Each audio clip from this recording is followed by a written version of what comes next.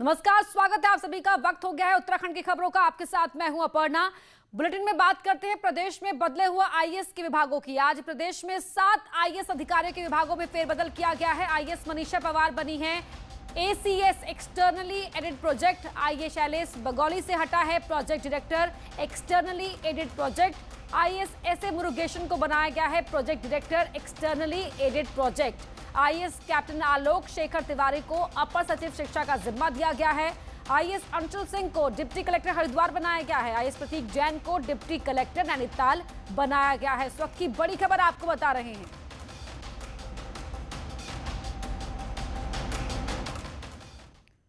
देहरादून से दिल्ली तक बवाल मचाने वाले, जाम और तमंचा लहराने वाले, उत्तराखंड के लिए अभद्र भाषा का इस्तेमाल करने वाले खानपुर से विधायक कुंवर प्रणव चैंपियन की घर वापसी हो गई है। बीजेपी से 6 साल के लिए निष्कासित किए गए खानपुर से बीजेपी के विधायक कुंवर प्रणव चैंपियन को आखिरकार तमाम अंतर विरोधों के बावजूद पार्टी में वापसी के बाद विपक्ष हमलावर है। लेकिन बीजेपी के नेता कह रहे हैं कि दाग अच्छे हैं। हालांकि पार्टी में वापसी के बाद चैंपियन के तेवर ढीले नहीं पड़े। इस मौके पर चैंपियन ने कहा कि ना तो उन्होंने किसी की जमीन हड़पी और ना ही कहीं डकैती डाली। उन्होंने कहा कि मैं स्पोर्ट्समैन हूं, राज परिवार से हूं, गोली चलाना खेलना हमारा शौक रहा है। चैंपियन ने इस मौके पर कहा कि शराब पीने पर कोई रोक नहीं है, लेकिन फिर भी निष्कासित किए जाने के बाद उन्होंने शराब पीना भी छोड़ दिया है। बीजेपी में वापसी के बाद चैंपियन ने क्या कहा, सुनाते हैं आपको। मैं राजनीति में पिछले 40 साल से, मेरे पिताजी 40 साल पहले विधायक बने। क्या किसी का हमने जमीन हड़पी? कोई चरित्र का आरोप मेरे ऊपर लगाइए। किसी के यहाँ डकैती डाली हो, किसी को कुछ किया हो, बताइए। ऐसा मेरे ऊपर कोई आरोप नहीं है। मुझे क्यों आप माफिया बना रहे हैं? आरोप हैं तो भैया स्पोर्ट्समैन हूँ, राज परिवार से हूँ, गोली चलाने का, खेलने का, पहलवानी का शौक रहा है। लेकिन वो कोई शराब पीना भी कोई ऐसी बात नहीं। शराब अगर बंद करा देंगे आप, लेकिन अब मैंने 1 साल से पीना छोड़ दिया है। बिल्कुल आपको बताऊं, रही पहाड़ की बात, मेरे अंदर खुद पहाड़ का खून है। मेरी दादी जी बिस्ट राजपूत थी, पट्टी जोतसू सिमार खाल उनका गांव था लेंसडाउन में। तो हमारे खून के अंदर पहाड़ है। हम क्यों कहेंगे? उस वीडियो को टेम्पर करके मेरे खिलाफ षड्यंत्र किया गया था, लेकिन मुझे किसी से कोई शिकायत नहीं है। आज मैं घर वापस आ गया हूं। वहीं इस मामले में सबसे अहम रोल रहा बीजेपी के प्रदेश अध्यक्ष बंशीधर भगत का। उन्होंने क्या कहा वो भी सुनिए। देखिए, कोई भी कार्य होता तो एकदम 100% सहमत होंगे ऐसा नहीं होता। लेकिन ये निर्णय कोर कमेटी ने एक निर्णय लिया उनके 1 साल के कार्यकलापों को देखते हुए, और फिर उन्होंने लिख के भी क्षमा याचना की है। जो बात हुई थी उसके लिए क्षमा मांग ली है, और कल भी मेरे सामने उन्होंने अफसोस किया है। अब मैं आगे ऐसा नहीं करूंगा तो क्षमादान कर दिया पार्टी। आपने बताया था कि राज्यसभा सांसद अनिल बलूनी जी ने नाराजगी जताई थी, कुछ बातचीत हुई इसके बाद? ये मेरी बातचीत हुई, उन्होंने नाराजगी जताई। वरिष्ठ नेता हैं, राष्ट्रीय नेता हैं, उन्होंने अपनी बात कही, हमने वो सुन लिया। वहीं कांग्रेस ने चैंपियन की वापसी को लेकर बीजेपी पर निशाना साधा है। कांग्रेस की प्रवक्ता गरिमा दौसानी ने कहा कि बीजेपी अपने पतन की तरफ जा रही है, जो उत्तराखंड को गाली देने वाले को पार्टी में शामिल कर रही है। भाजपा अपने पतन की ओर कदम रख रही है। एक ऐसे व्यक्ति को आप पुनः पार्टी में ले रहे हैं जिसने उत्तराखंड को गाली दी हो, उत्तराखंड के लोगों को गाली दी हो। प्रणव सिंह से मैं कहना चाहती हूँ, कई चैंपियन आए और कई चैंपियन चले गए, लेकिन अगर उत्तराखंड में रहना है तो उत्तराखंड की बात करनी होगी। उत्तराखंड के लोगों के लिए सम्मानजनक शब्द यूज करने पड़ेंगे और उत्तराखंडियत की बात करनी होगी। नहीं तो आप यहाँ से जा सकते हैं। जिनके ऊपर दाग हैं, धब्बे हैं, उनको अपनी पार्टी में वापस लेने का काम कर रही है। जिस तरह से पहले भी उनके राज्य प्रभारी और अभी एक विधायक के ऊपर जिस तरह के आरोप लगे, प्रणव सिंह जी के पहले तो उनको जवाब ही देना चाहिए कि वे उनको निकाला या निष्कासित या निलंबित क्यों किया गया था, और फिर आप उनको वापस क्यों ले रहे हैं? ऐसी कौन सी परिस्थितियां और कैसा? ये तो वही वाली बात हुई ना कि जेल में जो अपराधी की साहब अब इसका आचरण सुधर गया है, इसलिए हम इसको जो है माफी दे रहे हैं। देहरादून से बड़ी खबर है। विधायक महेश नेगी ने अपना पक्ष रखा है। प्रदेश बीजेपी अध्यक्ष बंशीधर भगत के सामने अपना पक्ष रखा। महेश नेगी ने कहा कि कांग्रेस के नेताओं की शय पर षड्यंत्र के तहत आरोप लगा रही है महिला। अन्य लोगों को भी गलत ढंग से ये महिला फंसा चुकी है। नेगी ने कहा कि महिला और षड्यंत्र को लेकर मैं सबूत जुटा रहा हूं। वहीं बीजेपी का कहना है कि अध्यक्ष के सामने भी विधायक ने कुछ जरूरी सबूत रखे हैं। इस वक्त की बड़ी खबर आपको बता रहे हैं, महेश नेगी सामने आए और पार्टी के प्रदेश अध्यक्ष के सामने अपना पक्ष रखा है। मसूरी के शिफनकोट इलाके में जिला प्रशासन की टीम ने अतिक्रमण हटाओ अभियान चलाया। अभियान में कई घरों को तोड़ा गया तो कई घरों को 10 सितंबर तक की मोहलत दी गई है। वहीं सालों से बसे लोगों ने प्रशासन से विस्थापन की मांग की है।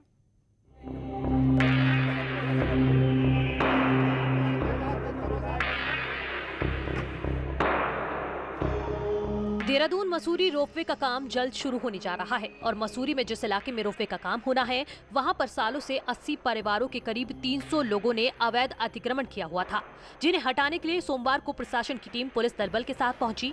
हालांकि इस दौरान कुछ लोगों ने विरोध भी किया और पुनर्वास की मांग की। सर हम तो यही चाहते हैं क्योंकि आप ही सबको पता है यहाँ पे कोविड चल रहा है ना, तो और यहाँ पे लोग वैसे बेरोजगार हो रखे, इतने महीने से 5 मंथ से यहाँ पर कोई काम नहीं करता है और गवर्नमेंट ने सीधा ये बोल दिया है कि खाली करें, तो इतने सारे लोग कहाँ जाएंगे और जाएंगे भी तो उनके लिए पहले कोई व्यवस्था तो किया जाए ना, तभी तो जाएंगे ना।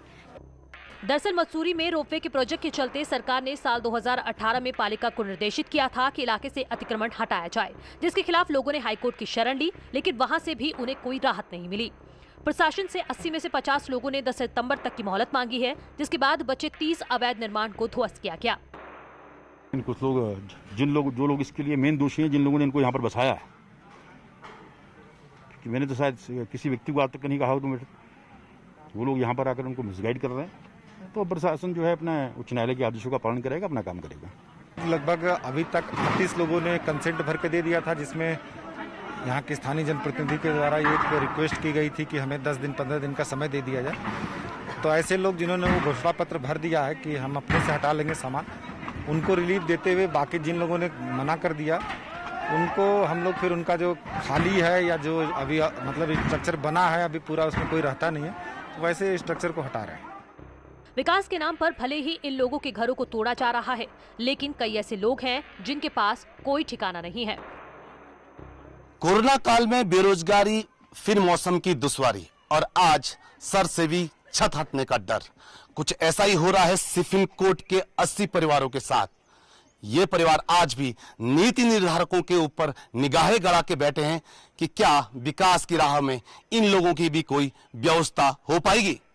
कैमरा पर्सन भरत शर्मा के साथ मैं सत्येंद्र वर्तवाल, न्यूज़ 18 मसूरी। अब खबर हल्द्वानी से है, जहां 5000 के इनामी को गिरफ्तार किया गया है। तमंचे के साथ बदमाश प्रदीप शर्मा को अरेस्ट किया गया है। लूट के मामले में 2019 से ही ये बदमाश फरार चल रहा था। हत्या समेत कई घटनाओं में ये आरोपी है। तो इस पर 5000 का इनाम भी था, जो अब गिरफ्त में आया है। उत्तराखंड में अपनी राजनीतिक जमीन तलाश रही आम आदमी पार्टी ने सोशल मीडिया और सीएम अरविंद केजरीवाल का फोन ऑडियो के माध्यम से उत्तराखंड में प्रचार करना शुरू कर दिया है। लगातार सोशल मीडिया में आम आदमी पार्टी अपना प्रचार कर रही है। यहां तक कि मौजूदा सरकार और पिछली सरकार से तुलनात्मक पोस्ट फेसबुक और सोशल मीडिया पर भी डाले जा रहे हैं।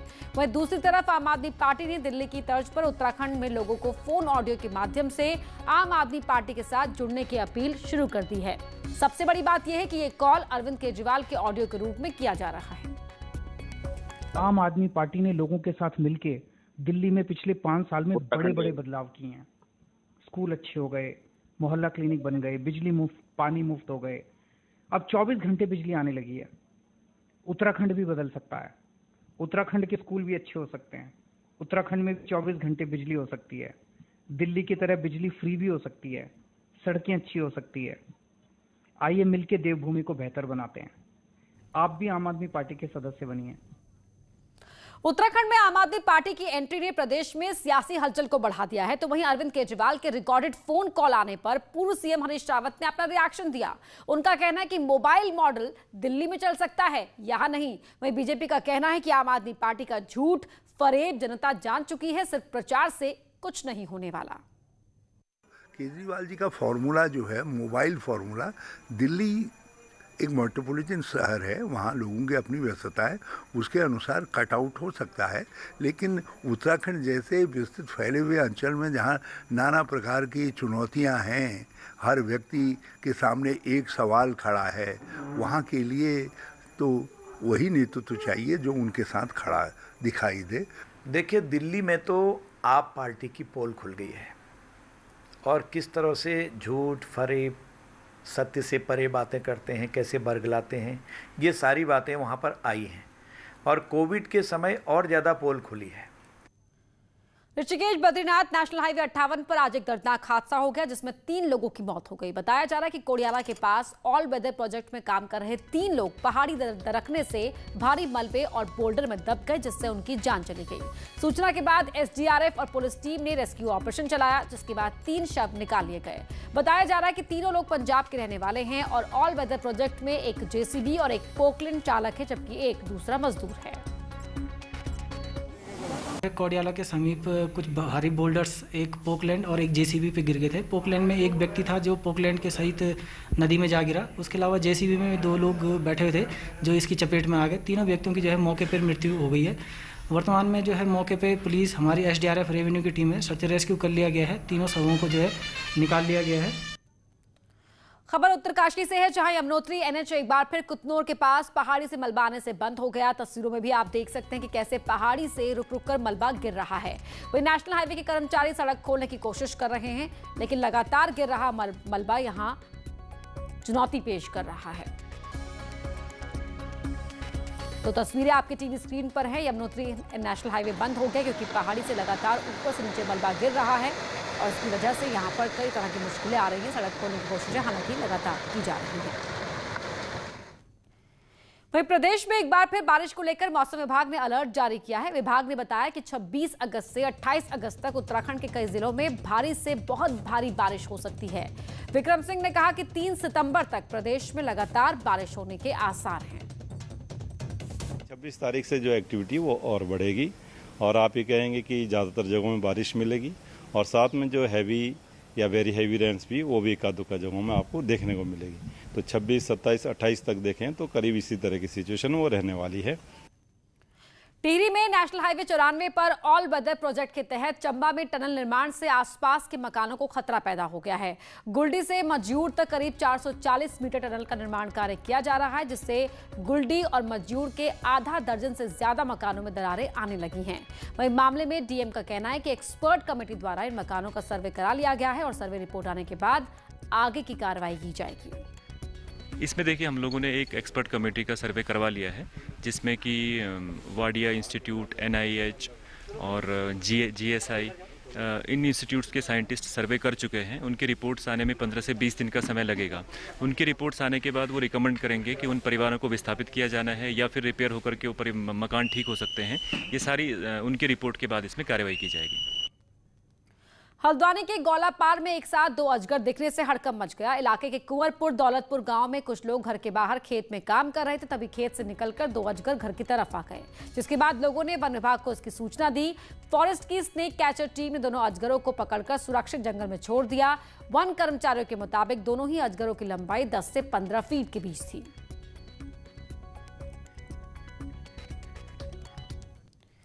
उत्तराखंड के पर्यटन मंत्री और हरिद्वार के प्रभारी मंत्री सतपाल महाराज ने हरिद्वार में जिला योजना समिति की बैठक ली। सीसीआर भवन में आयोजित इस बैठक में बीजेपी विधायक सुरेश राठौड़, प्रदीप बत्रा, आदेश चौहान, देशराज कर्णवाल, कांग्रेस के विधायक काजी निजामुद्दीन और ममता राकेश, हरिद्वार जिला पंचायत अध्यक्ष समेत कई अधिकारी मौजूद रहे। इस दौरान सतपाल महाराज ने हरिद्वार जिले के विकास के लिए 44 करोड़ 83 लाख रुपए का बजट मंजूर किया है और अधिकारियों को समय से काम पूरा करने के आदेश भी दिए। और केंद्र से अधिकारियों को कहा गया काम करें, बजट को खर्च करें, बजट लैप्स नहीं होना चाहिए। लैप्स होगा तो उस अधिकारी की रिवर्स एंट्री होगी और काम जो है टाइम पे होने चाहिए, धरातल पे उतरने चाहिए सारे काम। ये हमने आज कहा है और आज हमारा जो बजट रहा वो 44 करोड़ 83 लाख का बजट हमने स्वीकृत किया। उत्तराखंड में आरटीई के तहत एडमिशन की डेट को शिक्षा विभाग ने बढ़ा दिया है। सोमवार से प्राइवेट स्कूल में आए रजिस्ट्रेशन की जांच शुरू हो गई है। 29 अगस्त तक स्कूलों में एडमिशन की लॉटरी निकलेगी। जिला परियोजना अधिकारी मुकुल सती ने बताया कि इस बार कोविड के चलते राइट टू एजुकेशन के तहत एडमिशन में देरी हो गई है। उन्होंने कहा कि स्कूल खुलते ही बच्चों के एडमिशन हो जाएंगे।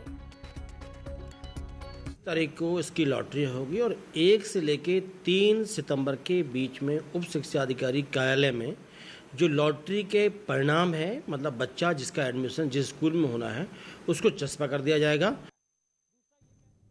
पिथौरागढ़ में वन भूमि हस्तांतरण के मामलों को निपटाने के लिए एक अहम बैठक की गई। बैठक में उन सभी विभागों के अधिकारियों ने शिरकत की जिनके प्रोजेक्ट वन भूमि हस्तांतरण के कारण लटके हैं। इस दौरान डीएम ने सभी अधिकारियों को तत्काल ऐसे मामलों को निपटाने के निर्देश दिए। मीटिंग में एसएसबी और बीआरओ से जुड़े मामलों को निपटाने पर भी जोर दिया गया। जनपद पिथौरागढ़ में जितने भी वन भूमि हस्तांतरण के प्रस्ताव विभाग द्वारा शासन में प्रेषित किया गया है उसका एक समीक्षा बैठक का आयोजन आज किया गया है। समीक्षा बैठक में जितने भी विभागीय कार्यवाही जिनमें आपत्तियां लगी हुई हैं उन सभी कार्यों की समीक्षा की जाएगी और तत्काल कार्रवाई करनी है तो विभाग को सूचित किया जाएगा। हल्द्वानी में फॉरेस्ट टीम ने अवैध लीसा का बड़ा जखीरा पकड़ा है। बरामद लीसा की कीमत 10 लाख रुपए से ज्यादा है। फॉरेस्ट और पुलिस के एसओजी को खबर मिली थी कि अल्मोड़ा जिले से एक ट्रक लीसा लदा आ रहा है। टीम ने जाल बिछाया और जैसे ही ट्रक रानीबाग के करीब पहुंचा इसे रोक लिया गया। ड्राइवर के पास लीसा से जुड़ी कई ऑफिशियल डॉक्यूमेंट नहीं मिले जिसके बाद उसे अरेस्ट कर लिया गया। ये 100% अवैध लीसा है। कल रात मेरे को मुखबिरी मिला था, उसके हिसाब से मैं टीम को अलर्ट किया और टीम लगातार रात में पेट्रोलिंग करते रहा और 3:30-4 बजे तक ये इसका संज्ञान आया और 7 बजे गाड़ी पकड़ में आया।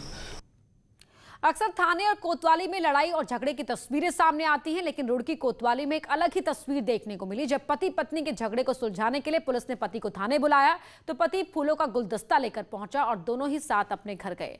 आपस में झगड़े के चलते दोनों 6 महीने से अलग अलग रह रहे थे, लेकिन जब मामला कोतवाली तक पहुंचा तो उसे सुलझाने के लिए पुलिस ने पति को बुलाया था। तो ये थोड़ा सा ये जो मेरे भाई वगैरह आए हैं दिल्ली से, इन्होंने ही थोड़ा कॉम्प्रोमाइज करवा दिया बच्चों के लिए। भी मेरी बड़ी बेटी है। अच्छा, कितने बच्चे हैं आपके? 3 बच्चे हैं। ये बेटी है। एक बेटी 2 बेटे? नहीं, 2 बेटी एक बेटा। एक बेटा है सिर्फ, फिर एक बेटी। अच्छा, क्या करते हैं? पिछले 6 महीने से पति पत्नी के बीच जो है मतभेद हो गए थे किसी बात को लेकर के, और उसकी पत्नी परसों थाने आई थी कि पति मुझे नहीं रख रहा है, तो इसके पति को बुलवाया गया। दोनों की यहाँ थाने में काउंसलिंग कराई गई और इनके जो है कुछ जिम्मेदार लोग उसमें बैठे। दोनों पति पत्नी के बीच आपसी सहमति बनी। इसका पति आज जैसे खुशी खुशी गुलदस्ता इसको दिए अपनी पत्नी को दे करके अपने। और अब वक्त हो गया है पहाड़ एक्सप्रेस का। पिथौरागढ़ में बाइक और स्कूटी की भिड़ंत का सीसीटीवी फुटेज आया सामने। स्कूटी चला रही लड़की बाइक से टकराकर नाले में गिरी। नई टिहरी में स्वच्छता के लिए लोगों को किया गया जागरूक। अभियान चलाकर लोगों को दी गई जानकारी। चंपावत जिला अस्पताल में डॉक्टर स्टाफ के बीच विवाद के बाद ओपीडी और ओटी का टाइम बदला गया। नैनीताल में कांग्रेस की महिला प्रदेश अध्यक्ष सरिता आर्य ने सरकार के स्वरोजगार पर उठाए सवाल। कहा, रोजगार नहीं मिलने से पढ़े लिखे युवा तोड़ रहे हैं पत्थर। अल्मोड़ा में ताड़ी खेती कनौली गांव के ग्रामीणों ने सरकार सड़क बनाने की मांग की। अल्मोड़ा में सड़कों की बदहाली को लेकर कांग्रेस नेशनल हाईवे को किया जाम। 26 लोगों के खिलाफ दर्ज किया मुकदमा। विकासनगर पहुंचे प्रदेश कांग्रेस अध्यक्ष प्रीतम सिंह के सामने कई लोगों ने कांग्रेस की सदस्यता ली। रामनगर पहुंचे कांग्रेस नेता किशोर उपाध्याय ने पूर्व सीएम हरीश रावत के बिजली पानी मुफ्त देने की घोषणा का किया स्वागत।